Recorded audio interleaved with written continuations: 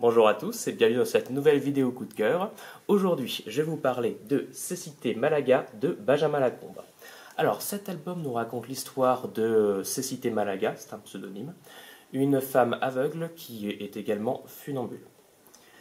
C'est un livre qui va nous parler énormément de la cécité et des sens, ou plutôt de la manière dont le fait d'être aveugle exalte les autres sens.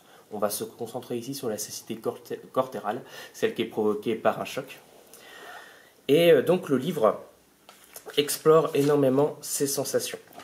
Le noir et la lumière y est très présent pour nous faire ressentir l'absence de la vue.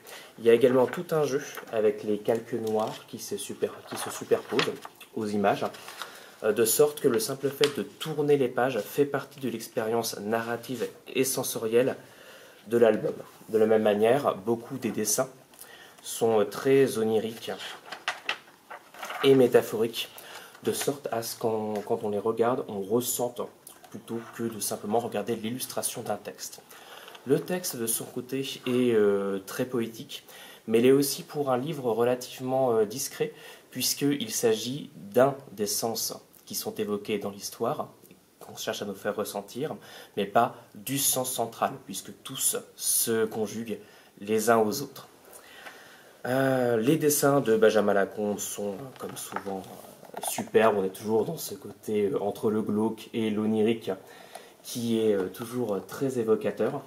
Et dans celui-ci particulièrement, alors j'aime beaucoup ces dessins, mais dans celui-ci tout particulièrement, on a ce côté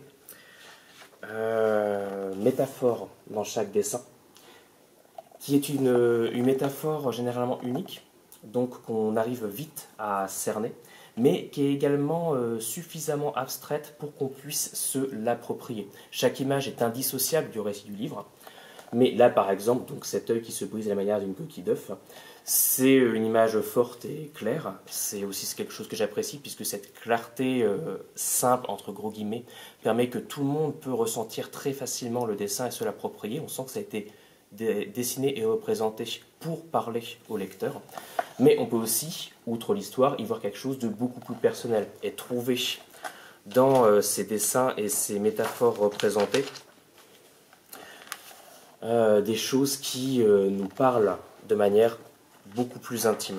On est donc sur ces dessins de quelque chose qui se situe au juste milieu entre l'illustration du livre et du propos de l'œuvre et des éléments plus abstraits et universels qui pourront nous parler à tous.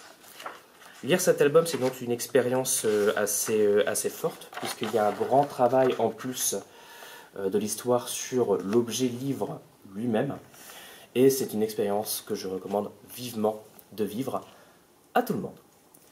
Voilà, si vous voulez emprunter ce livre, il est disponible à la bibliothèque, et moi je vous dis à la prochaine pour une autre vidéo coup de cœur.